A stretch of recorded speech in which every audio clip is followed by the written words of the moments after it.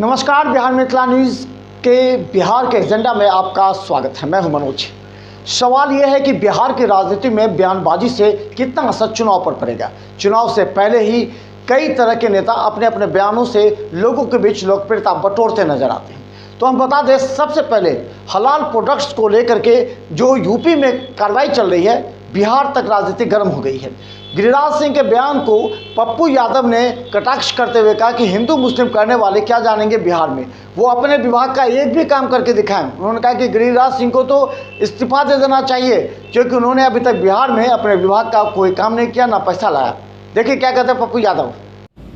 और गिरिराज जी हमारे भाई हैं, उनसे पूछिए एको ठो काम किए हैं बिहार का, एको अच्छा काम देश में, एको डेवलपमेंट की बात।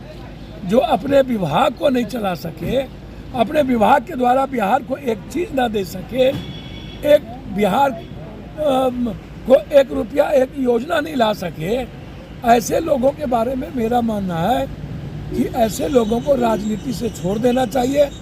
बिहार का कोई औचित्य नहीं है, मतलब नहीं है। और मुझको लगता है कि किसी भी कीमत पर मैं जो समझता हूँ वो बिहार का जो लोग है, ये हिंदू मुसलमान की जो राजनीति करती है, गंदी राजनीति मुझको पसंद नहीं है। और ऐसे लोगों पर बैन करना चाहिए। राजनीति गलत तरीके की ओर जाती है। जो जाति को तवज्जो दे और जो हिंदू मुसलमान के नाम पर सिर्फ राजनीति करे, उसको बैन कर देना चाहिए चुनाव लड़ने से। गिरिराज टाइप के लोग सिर्फ उन्माद के लिए पैदा हुए हैं, नफरत पैदा करने के लिए पैदा हुए हैं, बांटने के लिए पैदा हुए हैं। इन लोगों से आप गरीब और आम आदमी का कोई। नीतीश कुमार पीएम मटेरियल हैं, पीएम उम्मीदवार हैं, इसीलिए यूपी जनता दल यूनाइटेड के उपाध्यक्ष अवधेश सिंह ने ये बयान जारी करते हुए कहा कि मुख्यमंत्री नीतीश कुमार बनारस से मोदी के खिलाफ चुनाव लड़ सकते हैं। उन्होंने कहा कि 4-5 जगह ऐसे हैं जहां पर सीधा नीतीश कुमार चुनाव लड़ने के लिए मैदान में उतरेंगे, चाहे वो मोदी ही क्यों ना हो। उन्होंने ये भी कहा कि मोदी जी ने कहा था कि झोला लेकर आएंगे, झोला लेकर चले जाएंगे, तो नीतीश कुमार आ रहे हैं, शायद वो झोला लेकर चले जाएं। लेकिन सवाल यह है कि नीतीश कुमार उत्तर प्रदेश के बनारस से ही चुनाव लड़ेंगे या फिर अन्य जगहों पर, यह तय करेगा उत्तर प्रदेश का जनता दल यूनाइटेड संगठन। देखिए क्या कहते हैं अवधेश सिंह उपाध्यक्ष। जेडीयू की पूरी तैयारी है।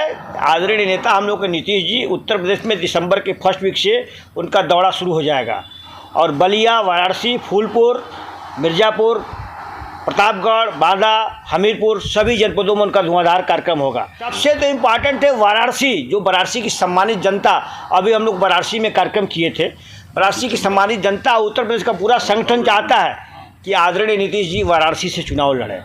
पूरी यहाँ की प्रदेश की टीम चाहती है और वहाँ की सम्मानित जनता चाहती है, क्योंकि वहाँ के जो हमारे जिस बिरादरी से हमारे आदरणीय नीतीश जी आते हैं, कम से कम 4 लाख वोटर हैं जो दिली इच्छा चाहते हैं कि नीतीश जी आए कि वाराणसी से चुनाव लड़ें और जिता के भेजें, ताकि इंडिया के लाल किला पर झंडा फहराए। बिल्कुल हमारी आदरणीय नीतीश जी से 28 अक्टूबर को बात हुई थी। हमने निवेदन किया उत्तर प्रदेश में आप आएँ, आपका स्वागत है, क्योंकि आपका कार्यक्रम होना जरूरी है। बिल्कुल चाहते हैं कि जो जनता उत्तर प्रदेश की, जो उत्तर प्रदेश का संगठन कहेगा वहाँ से मैं चुनाव लड़ूंगा, बिल्कुल चाहते हैं उत्तर प्रदेश चुनाव लड़ूंगा। वही बात यार, प्रधानमंत्री तो पिछले बार 14 में 2 जगह से चुनाव लड़े थे, तो पहले ही बोल चुके हैं कि अपना झोला लेके आए, हम झोला लेकर वापस चले जाएंगे। तो आदरणीय नीतीश जी का आगमन होने के बाद हो सकता है कि बड़े नेता आपस में टैली करके चेंज कर ले जाए, कोई दूसरी सीट से चुनाव लड़ रहे हैं। राजनीतिक बयानबाजी लगातार जारी है। अब सवाल यह है कि एक नेता दूसरे पर कटाक्ष करते हैं, उस कटाक्ष का क्या महत्व होता है और क्या असर होता है जनता के बीच में। हम बता दें, जन स्वराज पार्टी के सूत्रधार प्रशांत किशोर ने एक बार फिर लालू प्रसाद यादव के पुत्र तेजस्वी यादव पर कहा कि उन्होंने कुछ ऐसा नहीं कहा। उन्होंने कहा कि उनके पिता मुख्यमंत्री हैं, यही पहचान है तेजस्वी यादव का। उन्होंने ये भी कहा कि तेजस्वी यादव 9वीं फेल हैं, अगर नहीं है तो बता दें। तेजस्वी यादव पर लगातार कटाक्ष कर रहे हैं प्रशांत किशोर, और उन्होंने कहा कि उन्होंने कोई गलत नहीं किया है। देखिए क्या कहते हैं प्रशांत किशोर। हमने ये नहीं कहा है कि तेजस्वी यादव अच्छे हैं, खराब हैं, ज्ञानी हैं, मूर्ख हैं। हमने ये कहा कि उनकी पहचान बस इतनी है कि वो लालू यादव के लड़के हैं, और क्योंकि उन्होंने 9वीं फेल है। अगर नहीं है तो बता दें कैमरे पर कि नहीं है भाई, हम PhD किए हुए हैं। मैंने क्रिकेट की बात कही भी, मैं पत्रकारों ने कहा कि उनकी जब बात की तो मैंने कहा भाई उनकी पहचान क्या है? उनकी पहचान तो बस इतनी ही है कि वो लालू यादव के लड़के हैं। इसके अलावा पढ़ाई के क्षेत्र में, खेलकूद के क्षेत्र में, सामाजिक कार्यों के क्षेत्र में अगर उन्होंने कोई पराक्रम किया है तो वो बता दें, हम लोग भी उसको सीख लेंगे, उसको नोट कर लेंगे। वो तो खुद उछल रहे हैं वो लोग कि हम उनको अज्ञानी बता रहे हैं। हम कहां बता रहे हैं? हम तो खाली जो फैक्ट है वो बता रहे हैं। पनौती वाले बयान को लेकर के पूरे देश में चर्चा हो रही है, विपक्ष इसे मुद्दा बना रहा है, तो एनडीए गठबंधन इस पर सीधा आरोप लगा रहे हैं। हम बता दें कि लालू प्रसाद यादव ने पनौती वाले मुद्दे पर कहा था कि यह अशुभ कदम है प्रधानमंत्री नरेंद्र मोदी का। उन्होंने कहा कि इसी वजह से चुनाव इंडिया जो है वो फाइनल मैच हार गई। इस पर भारतीय जनता पार्टी के प्रदेश अध्यक्ष सम्राट चौधरी ने पलटवार किया है। उन्होंने कहा कि अशुभ इंडिया गठबंधन के लिए है और ऐसा इसलिए कर रहे हैं क्योंकि आने वाले चुनाव में सीधा नरेंद्र मोदी का डंका बनेगा और वो काल बनेंगे सबके लिए। देखिए क्या कहते हैं सम्राट चौधरी। यात्रा करे उससे कोई फर्क नहीं पड़ने वाला है।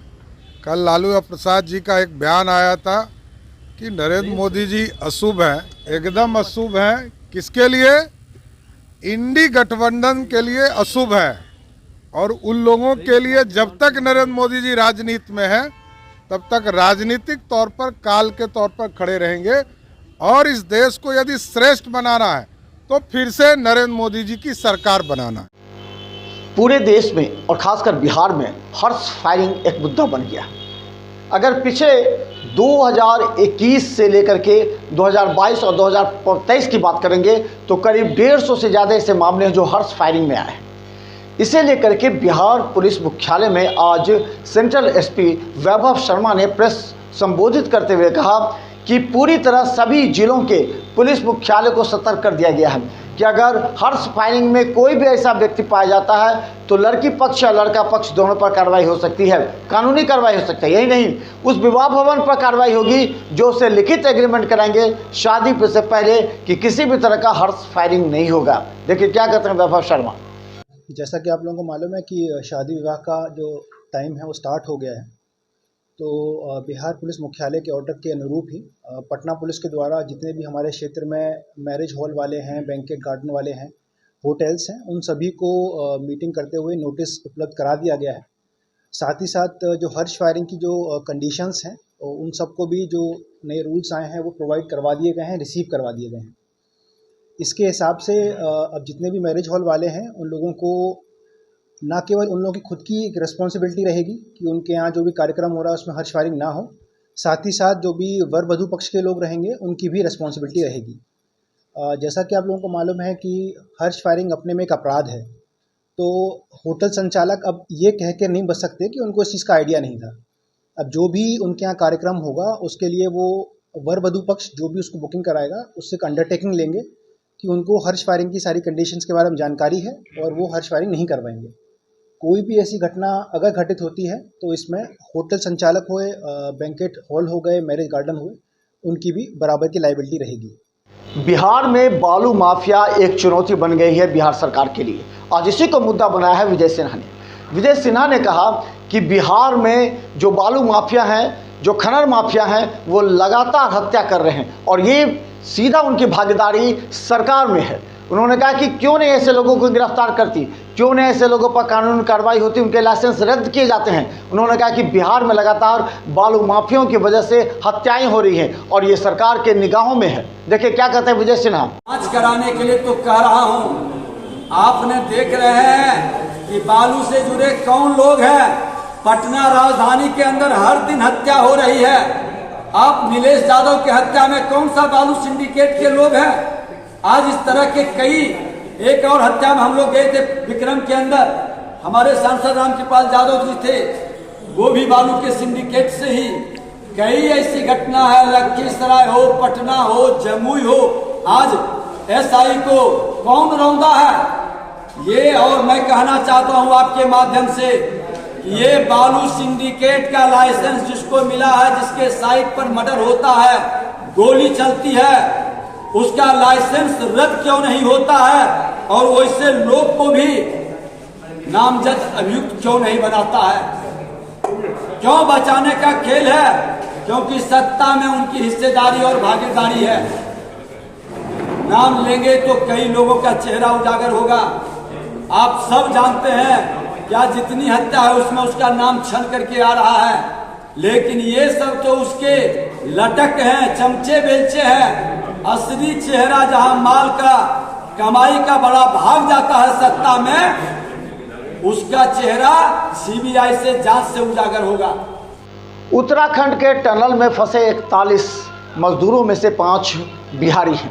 आज इसी को मुद्दा बनाते हुए जन स्वराज पार्टी के नेता प्रशांत किशोर ने कहा है कि कहीं भी अगर मौत होती है, कहीं भी अगर कार्य होता है तो वहां पर बिहारी मजदूर ही फंसते हैं। उन्होंने कहा कि 5 बिहारी मजदूर उस टनल में फंसे हुए जीवन मौत से जूझ रहे हैं। इसके साथ उन्होंने कहा कि सेप्टिक टैंक में भी 5 बच्चे बिहारी थे, उनकी मौत हो गई, लेकिन उनको देखने वाला कोई नहीं था। बिहार सरकार की खामोशी है इस पर। देखिए क्या कहते हैं प्रशांत किशोर। बताइए, अभी उत्तराखंड में जो टनल में लोग फंसे हुए हैं उसमें 4 या 5 बिहार के बच्चे हैं। उन परिवारों पर क्या बीत रही होगी। अभी 5-7 दिन पहले सूरत में सेप्टिक टैंक साफ करते हुए 5 बिहार के बच्चों की मृत्यु हो गई। उनके परिवारों का कौन पूछने वाला है। दुर्घटना देश में कहीं भी हो, उसमें मरने वाला, उसमें भुगतने वाला बिहार का ही बच्चा है। क्यों? क्योंकि 2 करोड़ से ज्यादा बिहार के लोग आज 10,000, 12,000, 15,000 रुपए के लिए सबसे कठिन स्थिति में, सबसे डेंजरस काम जो कोई नहीं करता है, वो बिहार का आदमी बेचारा, गरीबी में परेशान आदमी जाकर वो करता है। कश्मीर में सड़क बनानी है तो मजदूर हरियाणा से नहीं जाएगा, पंजाब से नहीं जाएगा, उत्तर प्रदेश से नहीं जाएगा। कश्मीर में काम करने वाले लोग बिहार से जा रहे हैं। कभी आप और हम ये नहीं सोचते भाई पंजाब का आदमी बगल में कश्मीर है, हिमाचल का आदमी वो क्यों नहीं जाता है? क्योंकि वहां खतरा ज्यादा है लोगों की नजर में, लोग वहां से नहीं जाते हैं। बिहार का बेचारा गरीब आदमी यहां से खतरा है, उसको भी मालूम है, लेकिन करेगा क्या? उसको अपने बच्चे को खिलाना है। अगर बच्चे का पेट भरना है तो उसको खतरा लेकर काम करना पड़ेगा। और ये लोग एक बार भी पलायन की बात नहीं करते हैं कि इन 2 करोड़ लोगों की जिंदगी, 2 करोड़ परिवारों की जिंदगी कैसे सुधरेगी। यहाँ अभी भी ये समाज को बांटने में और अपने वोट को बटोरने में लगे हुए हैं। बिहार मिथिला न्यूज के बिहार के एजेंडा से हमें दीजिए इजाजत, लेकिन आपको बता दें प्रत्येक दिन हम ढूंढ के निकालते हैं उन बयानों को, उन राजनीतिक दल के नेताओं के बयानों को जिसका असर पड़ता है और उनके बयानों पर क्या प्रतिक्रिया होती है जनता की, वो भी हम आपको दिखाएंगे। लेकिन सवाल है कि 2024 चुनाव की तैयारी में अभी से ही नेता अपने बयानों के आधार पर जुट गए हैं। चाहे जन स्वराज पार्टी हो या फिर पप्पू यादव हो, भारतीय जनता पार्टी हो, राष्ट्रीय जनता दल हो, जनता यूनाइटेड हो, सभी अपने अपने तरीके से कर रहे हैं। लेकिन मुकेश सहनी पर निगाहें सबकी है, क्योंकि मुकेश सहनी अब हेलीकॉप्टर यात्रा निकालेंगे और उसका क्या असर होगा। क्या वो एनडीए गठबंधन और इंडिया गठबंधन पर दबाव डालने के लिए निकालेंगे, ये हम आपको दिखाएंगे। देखिए इस खबर के बाद।